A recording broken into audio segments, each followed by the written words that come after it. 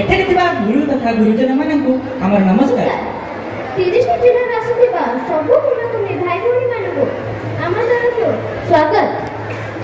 ଆଜିର ଏହି ଶିଶୁ ଦିବସର ସୁରଭି କାର୍ଯ୍ୟକ୍ରମର ପ୍ରଥମ ରାତ୍ରିର ପ୍ରଥମ କାର୍ଯ୍ୟକ୍ରମଟିକୁ ନେଇ ଆସୁଛନ୍ତି ଆମ ଅନୁଗୁଳ ଜିଲ୍ଲାର ପିଲାମାନେ। ସେହି କାର୍ଯ୍ୟକ୍ରମର ନାମ ହେଉଛି ସ୍ୱାସ୍ଥ୍ୟ ହିଁ ସମ୍ପଦ। ତାହେଲେ ଆସନ୍ତୁ ଦର୍ଶକ ବନ୍ଧୁ ସେମାନଙ୍କୁ ଜୋରଦାର କରତାଳି ଦେଇ ସ୍ୱାଗତ କରିବା।